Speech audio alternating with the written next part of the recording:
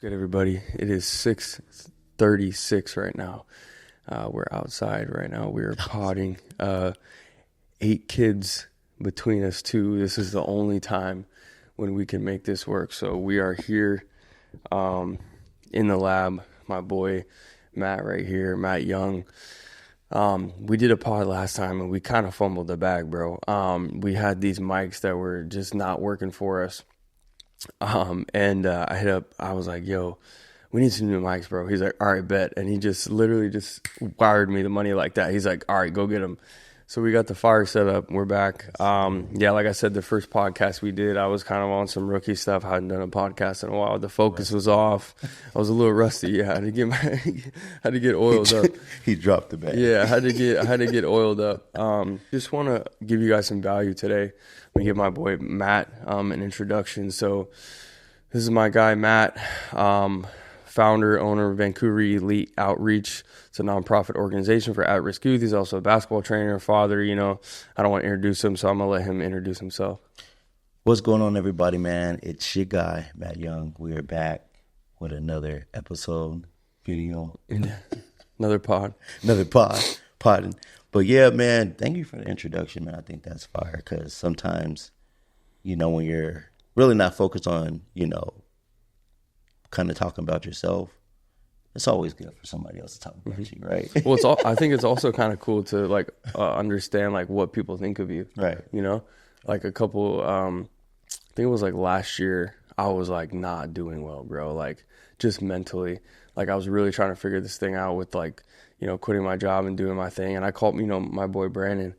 I called him and I swear to you, verbatim, this is what I said. I called him. I was like, bro, am I not lit? Right. Like, am I not who I think I am? Right. Like, I swear I'm lit. Right. Like, what is happening? Right. Like, what am I doing wrong? You know?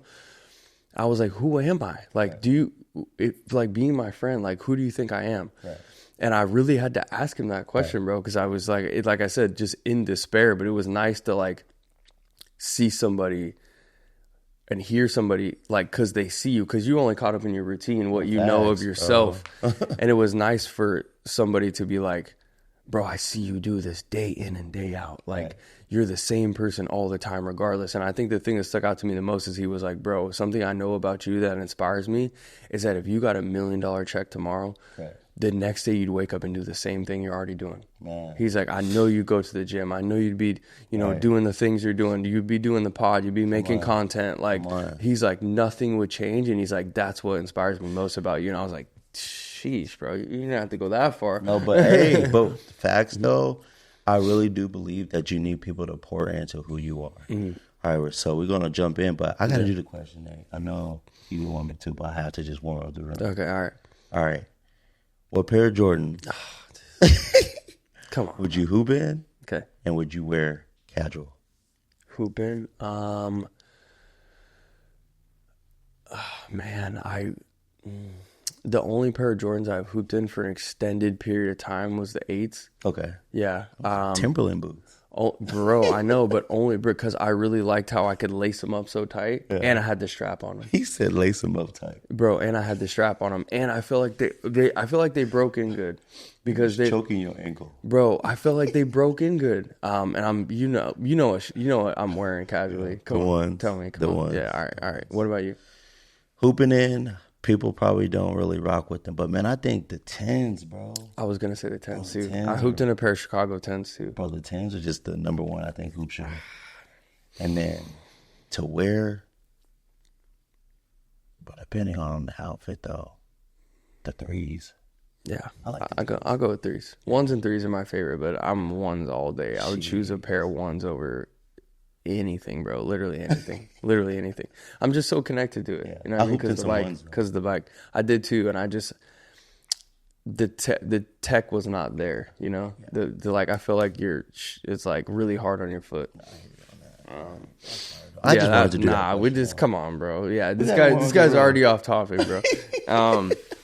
No, so tell the people a little bit. It's for my YouTube channel. I'm gonna cut that out. No, I'm just playing. Tell the people a little bit about yourself. Shoot, well, man, where do we start, man? I guess I always go to this thing, man, where I feel like it's the deity of me, man, like being gifted but fatherless, bro.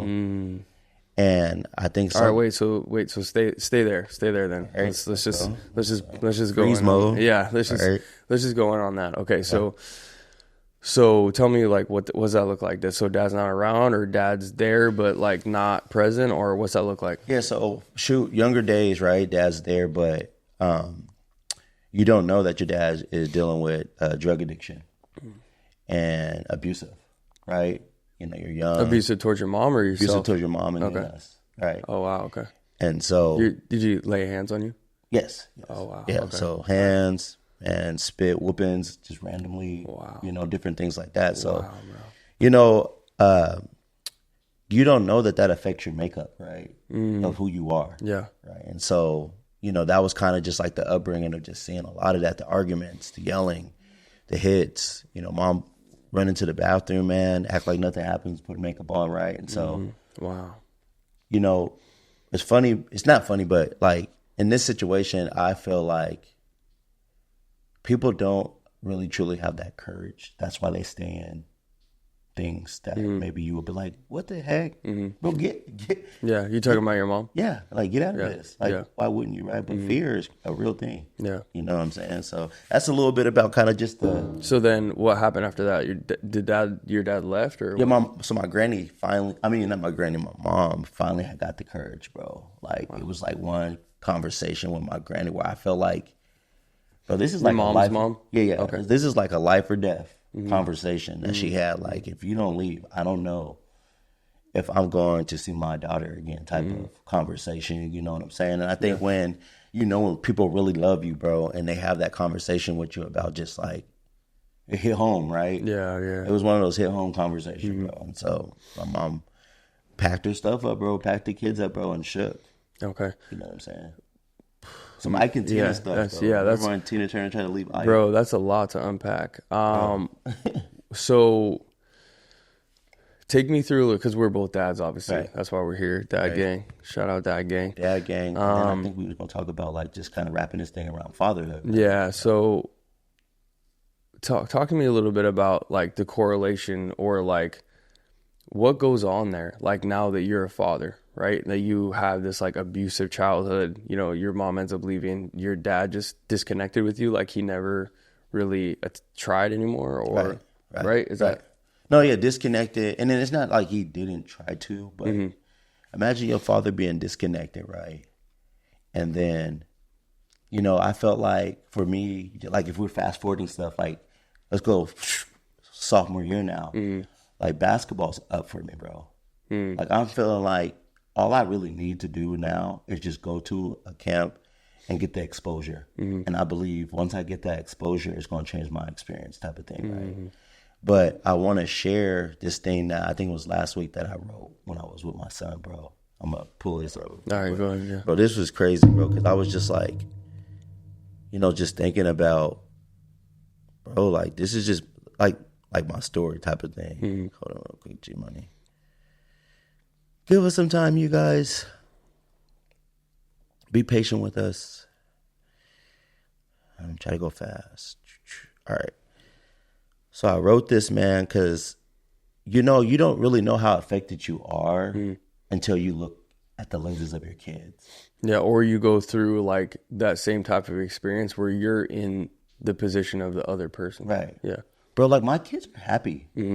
Bro, when I, like, we laugh, we play, all this other stuff. And so I was walking my son in the wagon, and I just started feeling like not down, but just like, dang, what my son has, I never had type of thing.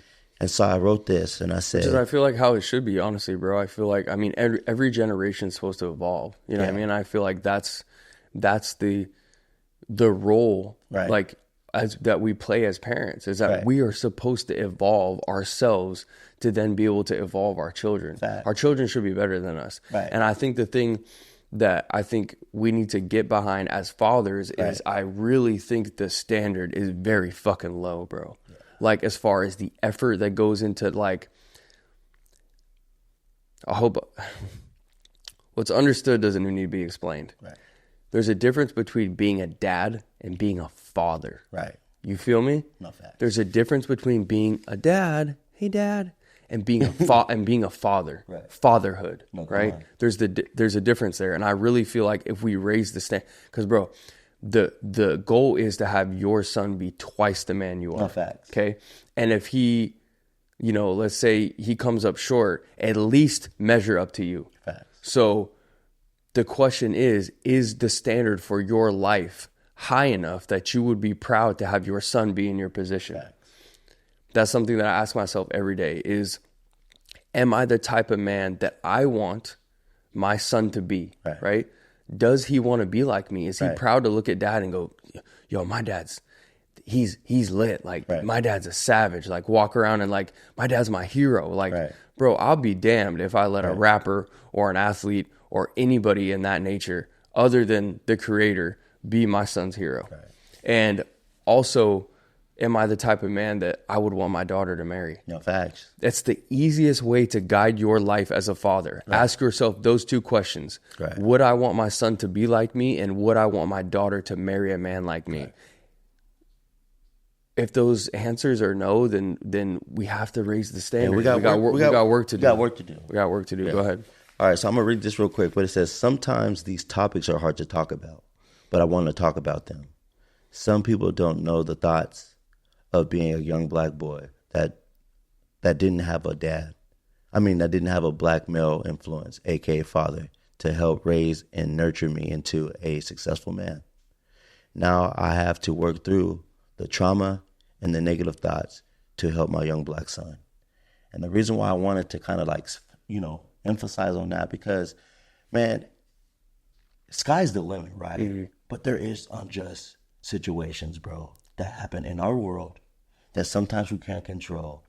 But how can I help my son if I can't help myself? Mm-hmm. Bro, just real talk. Yeah, facts. And I was thinking about dang, I'm working through trauma, negative thoughts every day. Yeah. But my son won't have to, right? Mm-hmm.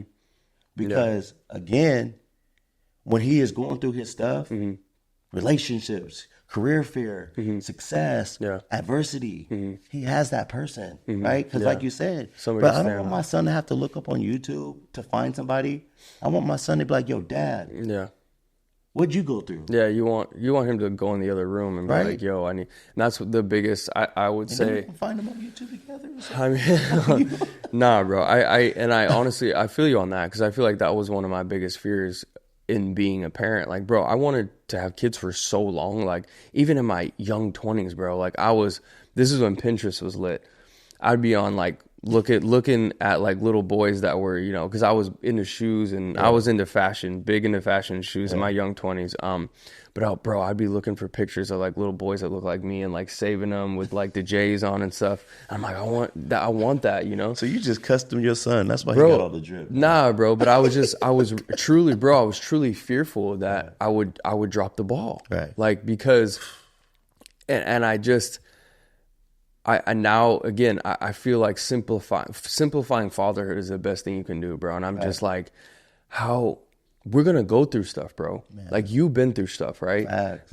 Bro, we're going to go through stuff mentally. And I just feel like you really need to be the type of man that runs to the smoke. Right. Because you don't know what your son is going to go through. Right. So how can you help him if you never went to battle? Facts. Right? Facts. One thing that I really like to tell myself is I think parenting is more about preparation than it is about protection. Oh, come on. Because the kids that grow up like me, and I'll just keep it a 1,000, the kids that grow up like me that were protected and not sheltered, but protected. You're blessed. That's just blessed. Bro, yeah, but there's two sides of the coin to look at that. Yeah.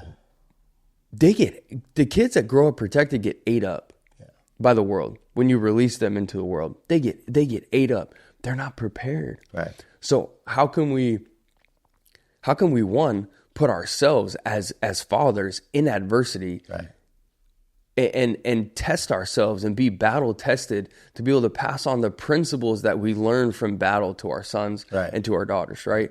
But also too, how can we help our children and put them in controlled adversity Right. in order to develop them, right?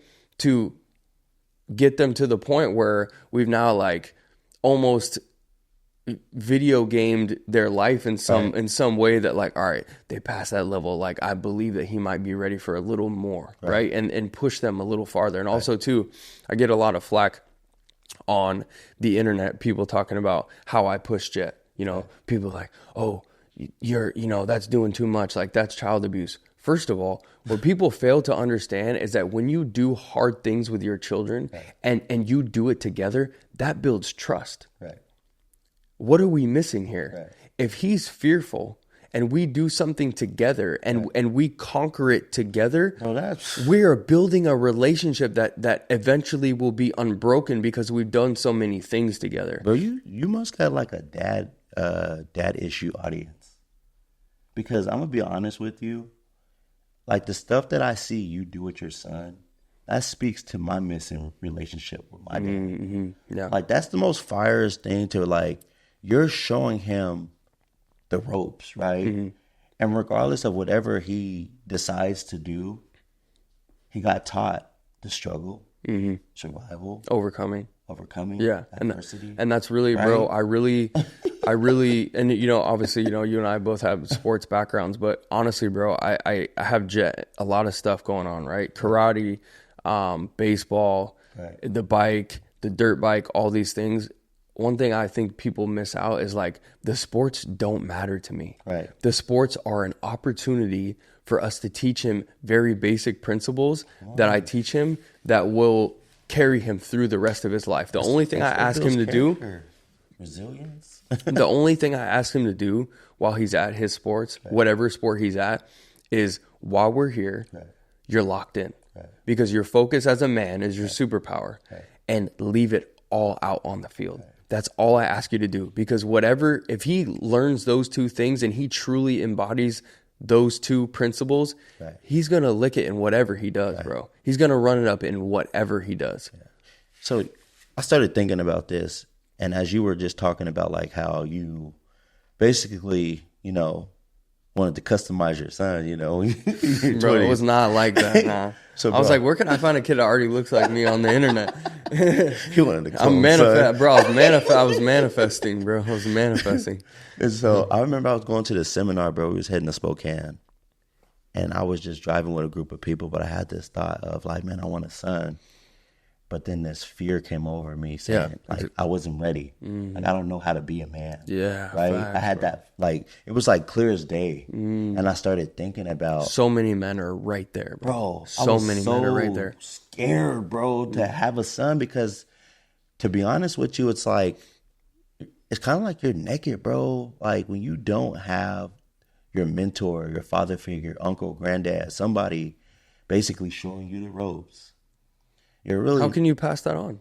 You really can't, bro. Yeah. Like, you cannot pass that on. And then I feel like what you end up doing if you are in those situations, you're either going to hate your blessing, right? You're trying to parent through pain, or you end up being resilient. Yeah, so going through the process. Yeah, so like what I picked from you is, speaking of son, He gonna get in the pod, bro.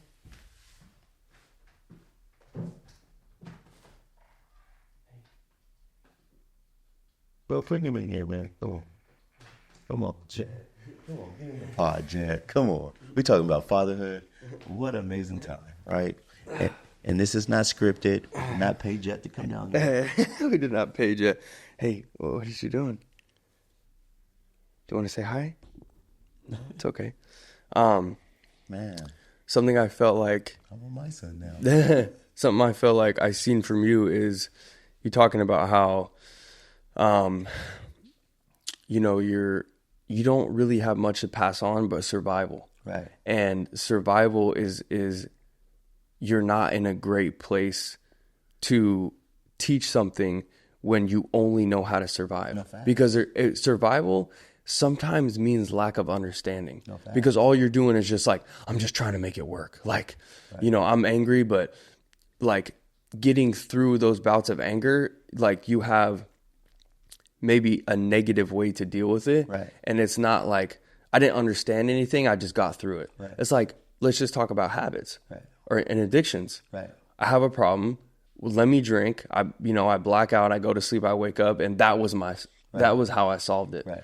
So you have all these like negative ways of solving emotion and all these type of things, and so what? Like you said, what can you truly pass on? Right? I say this in my men's group all the time.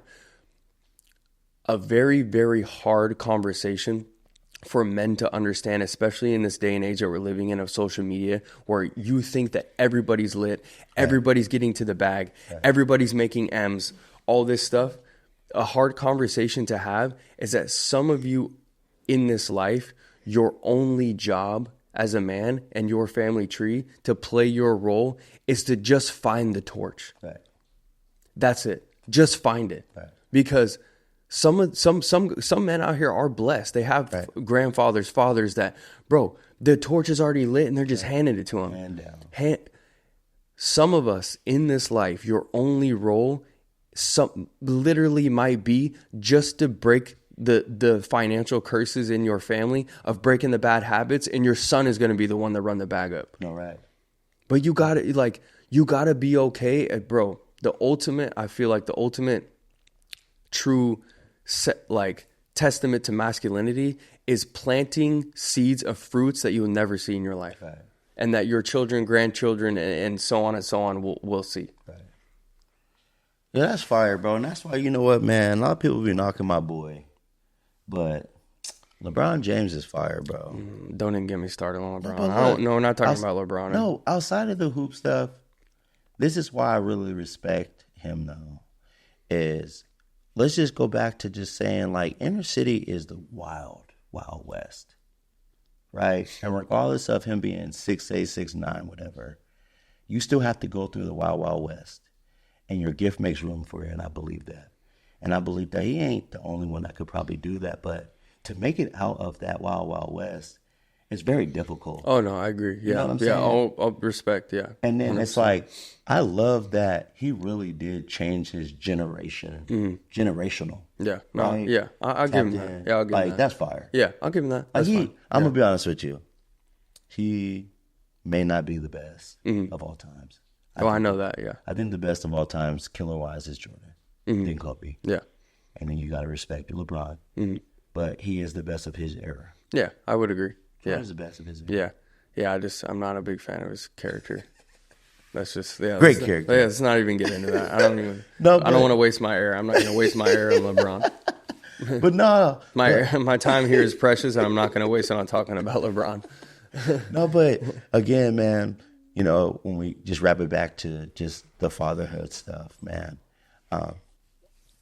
we're going from, like, for myself is I'm getting out of the mindset that, Matthew, you don't have to, you know, survive no more. You can really thrive. Yeah. Right. But what does that even look like, right? And thriving to me, honestly, is waking up in the morning and you know that you have the most incredible value. And the value, though, is not what you do. The value is acceptance of like, just who you are as a being, bro. Yeah, facts. Like, man, I am a loving, respectful, kind, gentle warrior when I need to be type of person, bro. And regardless if I go out there and have all the accolades or not, that doesn't define who I am, right? I'm a child of God.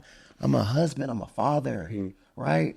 But then now there's other things that are in my desire that I do want, that I have to strive for, right?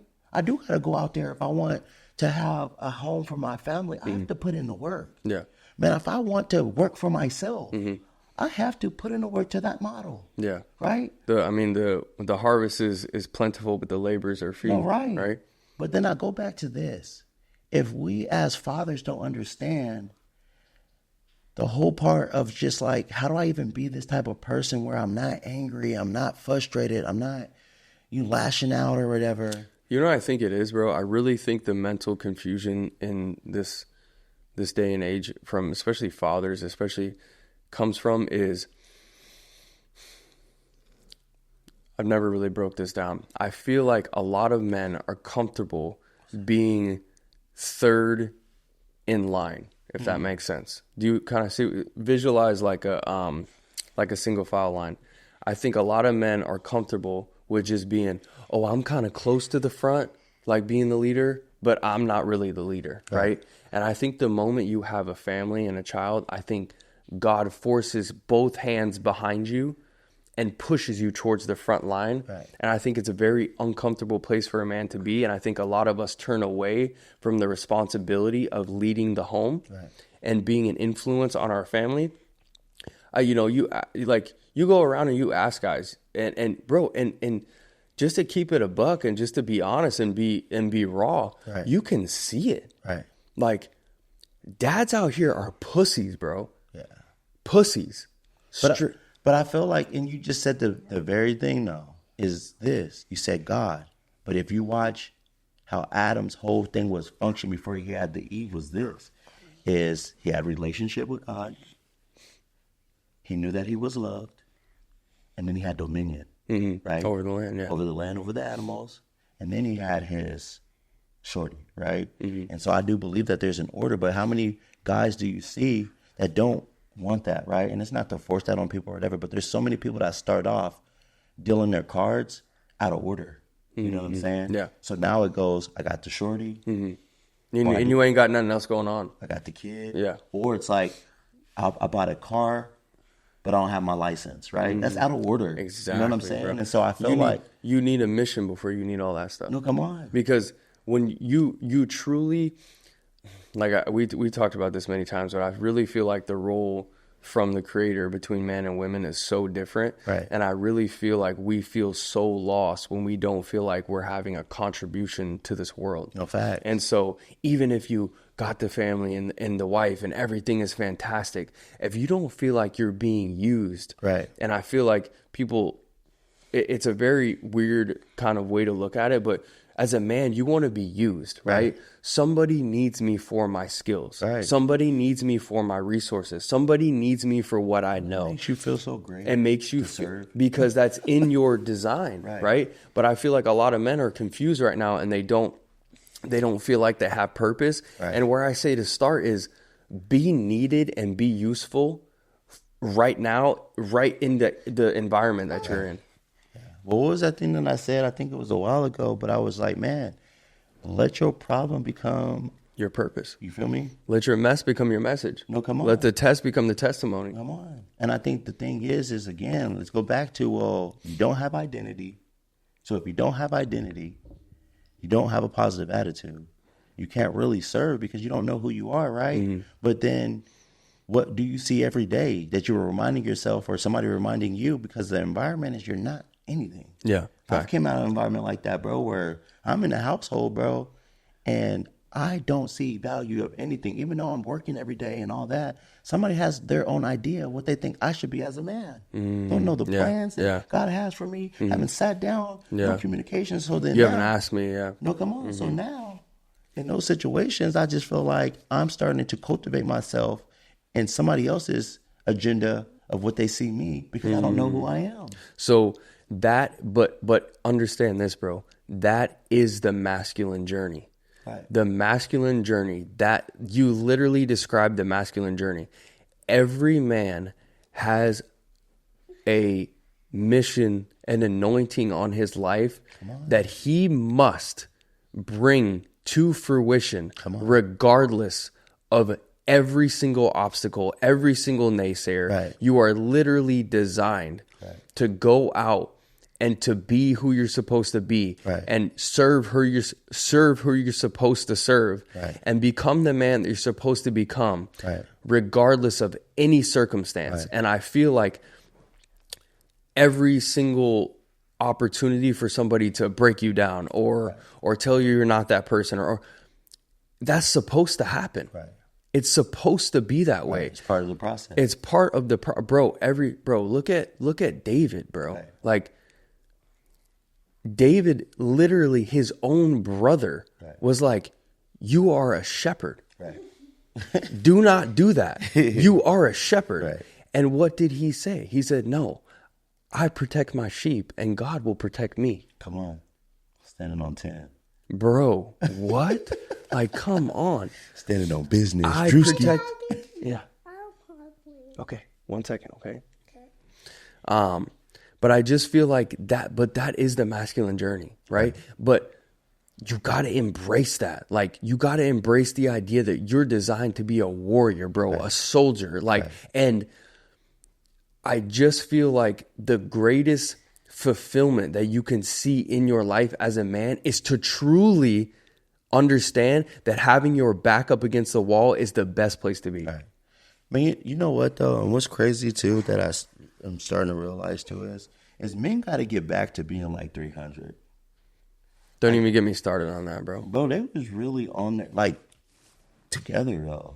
And I feel like now it's like men are not in packs anymore. We're isolated. And then if you don't got the most healthiest thoughts, which you are warring against yourself. Yeah, the walls start closing in. Start closing in, man. And I just want to talk about stuff like that because, again, it's okay to cry as a man, bro. Just don't stop walking. Come on. That's it. No, come on. I tell Jet literally as he's sitting here, I tell him all the time, man, it is okay to cry. Come on. But when I tell him when he falls on his bike and I say, son, you can cry, but while you're crying, we have to pick the bike back up and get on it. You have to get back on. Come on. Because that's a message right there, if you walk away from this bike right now and you think that this little piece of metal can defeat you, it's not even about the bike. Right. It's a metaphor about everything. No, if you get knocked down and you just crawl off and walk away, you're going to let everything in life beat you down and you're going to crawl off and walk away. Yeah. You're allowed to cry. Don't let anybody tell you you're not allowed to cry, but you cannot stop walking. Come on. You cannot stop walking. Come on. Emotions are fine to be felt, but they are not okay to take over you and allow you to control your behavior because that's when men become irrational and dangerous. No, come on. Come on. And we don't want that, my boy. No. But yeah, bro, I as far as what you were saying, I agree. And I really think, like I was saying in the beginning, the standard right now for men and dads in general is so low. Yeah. And it just sickens me, bro. Like, you see guys really out here not even attempting to provide for their family and sending their wife to work and being okay with it. Like, I don't want to get into the flesh too much, but just the idea that, like, the dad bod is a thing. Like, what is wrong with us, bro? Right. Like, people are just like, oh, I'm rocking my dad bod, and you have pride in that. Like, bro, how, again, I'm just a very extreme, bro, you know me, I'm very black. How embarrassing, bro. Right. Like, that is this, like, think about it. Like, when you talk about the frame of a father, right? The standard in the day and age we live in, the standard is dad bod. Right. Drinking beer on the weekends. Has to come home and go right in the fridge and grab a beer right after work and go watch TV and go watch the game. Like, what a miserable standard to have for a father, bro. And like I said, don't even get me. I've been grinding and need a cold one. Bro, what is wrong with us? What is wrong with us now? Identity, though. Like, again, if you do not have identity, somebody else will form your customs for you. I really feel like it comes down to purpose too, right? When you have purpose as a man, as a father, as someone moving, when you have purpose as a man and as a father, you know you have something to do. Right. When you don't have purpose and you know there's nothing on my agenda. Right. Oh, yeah, I can sit back and crack a cold one, like you said, after work. No big deal. Yeah, I'm just going to chill out and watch the game. It's like, we're trying to save the world. Right. We're trying to make impact. What are we chilling for? Families, kids, wives. Bro, what are we chilling for? Right. I don't believe it's in our nature, and I truly just want to live in my design. And you get, like you said, you have people saying who you're supposed to be, what you're supposed to be doing. Like, I want to live my life the way I want to live it, how I believe it's supposed to be lived. Right. If I don't ever want to take a day off, don't ask me to take a day off, right? If I want to eat the same thing every day for the last 5 years, let me do that. Like, oh no, ease up and have a little fun. I don't do. You know what's fun to me, bro? driving the big car that everybody can fit in. That's fun to me. You know what's fun to me? Having enough abundance that when a group or a people or family goes out to dinner, I can pick up the tab. Right. That's fun to me. Right. Okay. Taking care of everybody that's in my immediate space on my behalf, that is fun to me. Right. Okay. What does that require? It requires me being who I'm supposed to be and putting in work. Right. I don't want to have the fun that you guys are having. Right. I want to have the fun I want to have. And that's taking care. My sheep will know my voice. Oh, come on. I want to take care of my people. Oh, come on. That's fun to me. Come on. She's, man. Well, shoot, we've been potting, man. And I think we really are onto something, man. No. We got to come up with what we're going to call and stuff like that. I did show him the logo. Nah, bro. We just having a conversation, bro. You ain't got to put labels on it. Nah, we're just, bro. We're speaking from the heart. Bro, we're just we're just two dads, bro. Right. We're just two dads, two men out here just trying to make it. Yeah. Okay, buddy. He giving us our warnings. Yeah, he's like, he giving us the wave. He like, all right, hey. Game time. Yo, we're just two dads that's really just out here trying to make an impact on people, on our families. We are on the front lines of our lineage to truly embody what it is to be a leader and to be a father and to truly give something other and to do something other than, again, just your immediate vicinity. Like, oh yeah, I'm gonna just make sure my family's taken care of. I'm good. Right. Like, don't worry about it. I ain't got nothing else to do. It's bigger than that, though, it's big. We're trying to make a bigger impact, and trying to navigate. Bro, we're just trying to navigate what it is, again, to be a father and to be a man in this world, and trying to pass on great principles and lessons to the next generation. Right. Love and conversation, speaking out loud. Facts. My thoughts are going on the mic. Yeah, bro. We're going to have this on YouTube, Spotify, Apple Music. My guy, Matt, at VEO Young on YouTube, Vancouver Elite Outreach on Instagram, Love the Process on Instagram, Nasty Nate Jr. on all platforms. Again, we'll have this on YouTube, Spotify, Apple Music, and we'll catch you guys in the next one. Let's go.